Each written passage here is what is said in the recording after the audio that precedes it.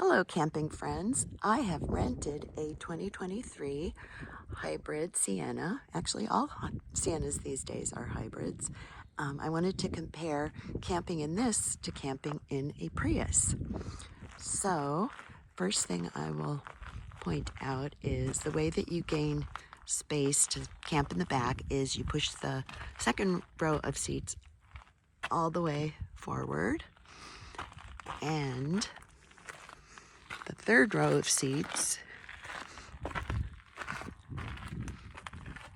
you push down on and they fold down into the floor, which is nice. You do end up not having the underfloor or the rear hatch underfloor storage like in a Prius. However, this does not create a totally flat surface. As you can see, there's a pretty good sized deep gap in here.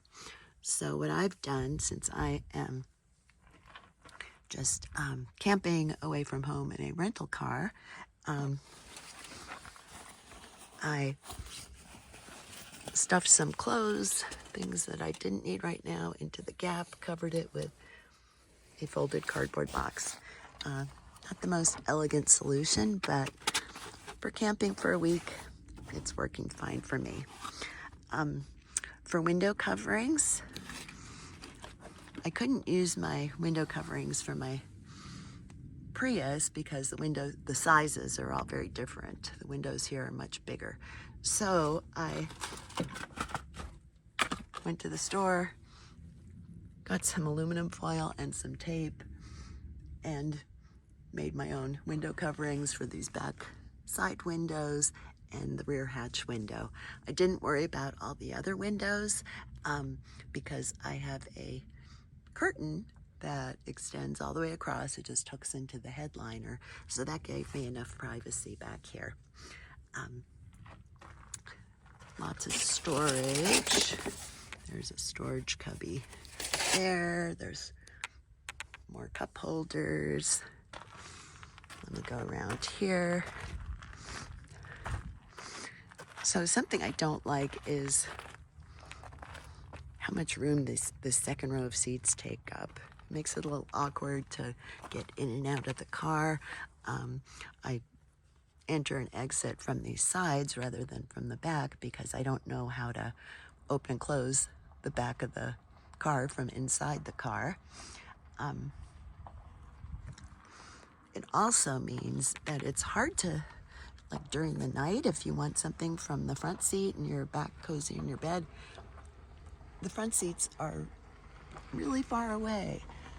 I did one night manage to shimmy up to the front seat. It wasn't very graceful, but that's something that I do like about my Prius, is everything is within easy reach and you don't have all this stuff to climb over. Front seat has some good storage area.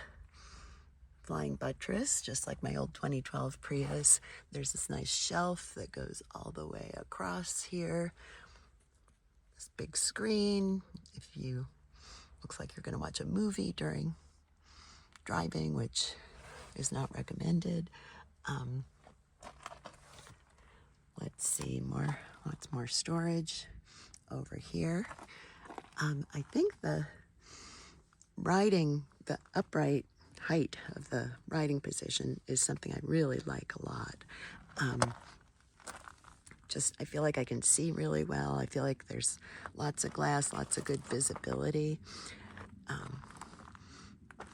really like the height back here. I can sit all the way up. I'm 5'10", so I can sit all the way up and have about 8 inches of headroom to spare. If I actually owned this car, I would do some sort of, build some sort of platform below in order to get the sleeping space level, but I'd want to still keep that headroom to sit up all the way, so it wouldn't create a whole lot of storage, but it'd be something. What would really create storage would be if you get these second seats out, because then you could scoot the bedding all the way forward, maybe set up like a kitchen area in the very back. I'm not sure if I mentioned, I think this is at least 6 feet of sleeping space back here, which is great. One of the things I like is that, you know how in your Prius, when the car's in reverse, there's that awful constant scolding, beeping sound.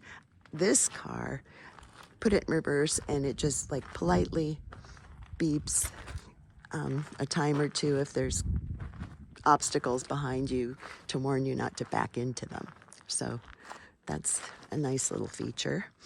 The other question that Prius people often have about switching to a Sienna is, can you still leave it in ready mode so that you can use the climate control and I'll show you some scenery as I'm explaining this, you know, charge things and so forth without the car shutting off? And the answer is apparently you can. After about an hour of it being on, it does give you a warning message that it's going to shut off. But it also gives you an option, which I couldn't figure out how to do on the screen, of disabling that so that it can stay on. What I did was I was sitting in the front seat when it happened. I just tapped on the brake pedal and that seemed to override it for another hour. So I didn't need to have it on all night. So this trip, it was not a big issue for me. I think that's all the features I wanted to highlight. I think that, again, those second seats, that second row, I've heard there are ways to get those out of there. I'm not sure. Does it void the warranty? Is it irreversible? Those are some questions I have that I could probably Google, except I don't have cell service right here. So that's all I can think of. If I think of other things I forgot to say, I will put them in the comments. And let me know if you have questions that I can answer. So that's all I've got for now. Thanks for watching. Happy trails.